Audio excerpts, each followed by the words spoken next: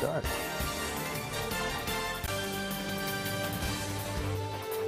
This is a CBS2 News Update. Good afternoon. I'm Chris Wragge. We are in day 2 of a potential heat wave with a heat advisory in effect. Highs in the 90s today, but with the humidity, it's going to feel even hotter, like 100. John Elliott here now with a steamy forecast. Johnny? Yeah, I wish I had better news, but here we go. It's the cumulative effect at 1, 2, 3 days, maybe 4 days with this thing. And it's the humidity. Makes it so hard for your body to deal with it. It's already 86, but wait a minute.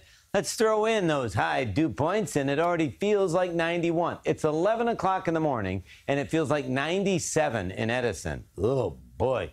No great shakes in Babylon at 94 in Belmar for a real feel. So National Weather Service has posted a heat advisory. Those real feel numbers between 95, already there, to over 100. You got to pace yourself. You got to force fluids. You can get dehydrated even in and out of the pool. Seek shade, AC, cooling center. If you can't swing the AC or go to the mall, a movie, just be practical. You know, common sense steps. You know what it feels like. If you're really feeling the heat, you got to take a break. Also, any kind of respiratory distress issues that you may have, it's going to be worse with this air quality alert. Elevated ozone, that's hard on the young, the old. And yeah, even pets need a little extra love when it's this hot and this steamy. Almost as hot tomorrow. Pop-up storm possible tomorrow. Better bet for more widespread storms Wednesday. But Chris, that should help break some of the humidity. Back to you. John, thanks so much. Now to a developing story. Police in Philadelphia are trying to determine if the decomposed body they found in a basement is that of a Bronx woman who's been missing for more than a week. 50-year-old Vianella Tavera hasn't been seen or heard from since July 28th.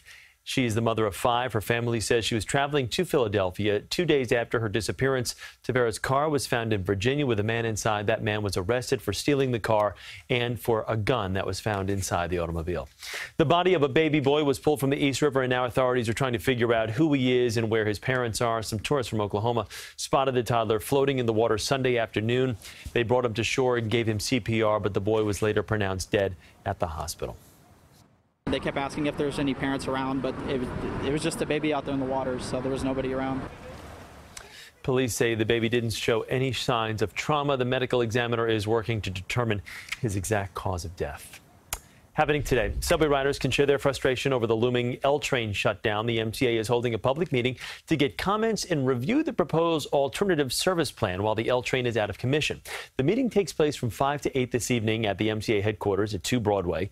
Moments ago, the MTA held a press conference about what preparations are being made, and you can watch that press conference in full on our website, CBSNewYork.com. The 15-month shutdown between Brooklyn and Manhattan will begin April of 2019. About 225,000 riders use the train line on weekdays alone. Going to be a big mess. More than a dozen New Jersey Transit trains have been canceled this morning, again frustrating commuters. On multiple days last week, the railroad canceled trains each day. NJ Transit blames installation of the safety measure, positive train control. Commuters took to Twitter to express frustration over the last-minute cancellations and the overcrowded trains. CBS2's Meg Baker is demanding answers about what's being done to fix these problems, and we'll have more tonight on CBS2 News. Well, Long Island Railroad commuters also had some trouble commuting today. There were some canceled trains and major delays after 2 people were hit and killed by trains in 2 separate incidents. One person was struck near the Ronkonkoma branch, another near the Woodside station. Service has resumed, but there are still some residual delays out there. A Queens woman is being called a hero for jumping into action and breaking the fall of a toddler as he fell from a 3rd-story fire escape. She tells CBS2's Clark Foraker she believes angels put her in the right place at the right time. New video taken from a neighbor's cell phone shows the moments when a mother realized her 2-year-old son had fallen from a fire escape. Another neighbor, Sonia Ramirez, had just broken the toddler's fall. I think that God did it because, you know, I don't have, my arms are not that strong. The baby was big, is 49 pounds, 2 years. Big, huge baby. Witnesses say the boy climbed out of his 4th-floor apartment window unattended on 49th Street in Sunnyside, Queens. They say he climbed downstairs to the 3rd-floor fire escape platform. I moved to the place that the baby was coming. It was so fast. And then I put my arm, this arm, came here, and he fell. Neighbors say the boy was straddling the railing of the fire escape on the 3rd floor. They were below, telling him to stop moving when he lost balance and fell to the ground. And he stopped for a while, but he went down and he was like dingling and he lost the balance. The toddler's mother was home when the baby fell. Despite screams from neighbors below, she did not initially come down. I hear all the crying, people crying, yelling. I saw the baby laying down on the floor.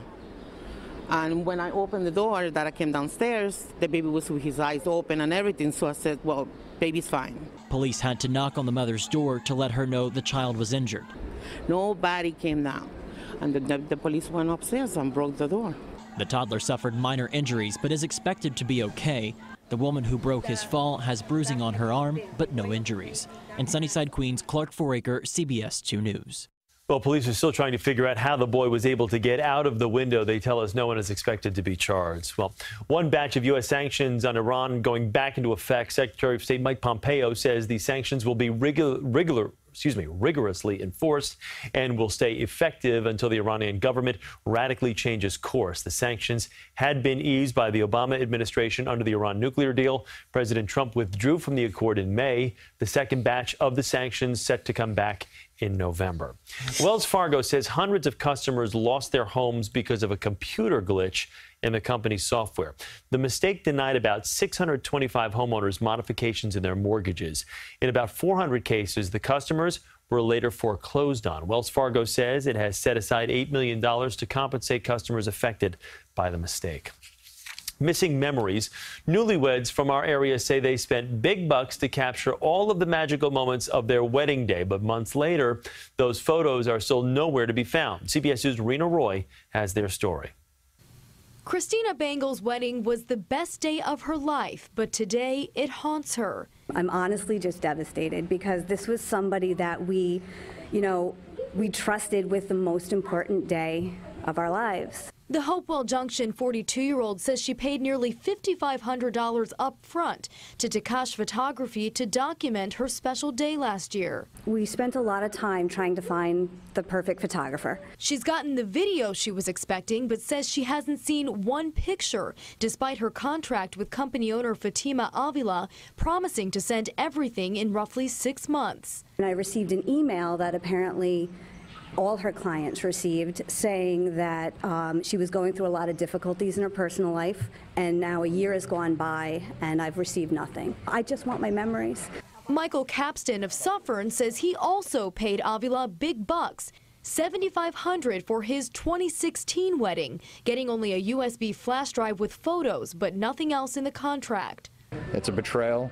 We let her in on our most important days of our lives, and she just kind of disappeared. I feel like an idiot. They tell us they're in touch with many other couples in similar situations. Now that I've talked to these other people and hearing their stories, it's heartbreaking. Online reviews also show upset clients, unable to get a hold of Avila, who is based in Fishkill.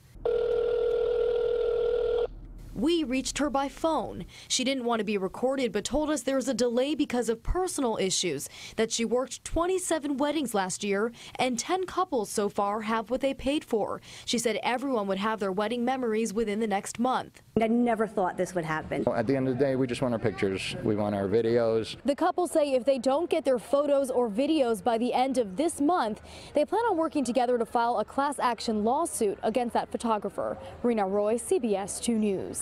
Well, beloved TV star Charlotte Rae has died. She's most famous for playing house mother Edna Garrett on the hit 80s TV show The Facts of Life. It was a character she originated on another popular TV show, Different Strokes. Last year, Rae revealed she was battling bone cancer. She died yesterday in her Los Angeles home.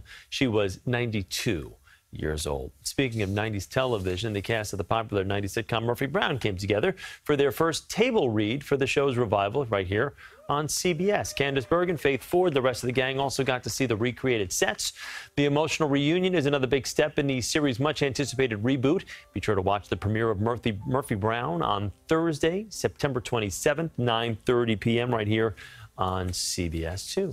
And actor Patrick Stewart will be back in a very familiar role as Captain Picard in Star Trek, another reboot. The series will be available on CBS All Access and will tell the story of the next chapter of Picard's life. Stewart headlined his Star Trek series for 7 seasons and portrayed Picard in several movies. In a statement, Stewart said he thought his Star Trek days were, well, they had run their course, so he considers this a, quote, delightful surprise. And that is your CBS 2 News Update. It is hot out there, so try to stay cool and stay inside and stay safe. Thanks so much for joining me. And you can follow me on Instagram, Facebook, Twitter, @Chris Wragge. See you there.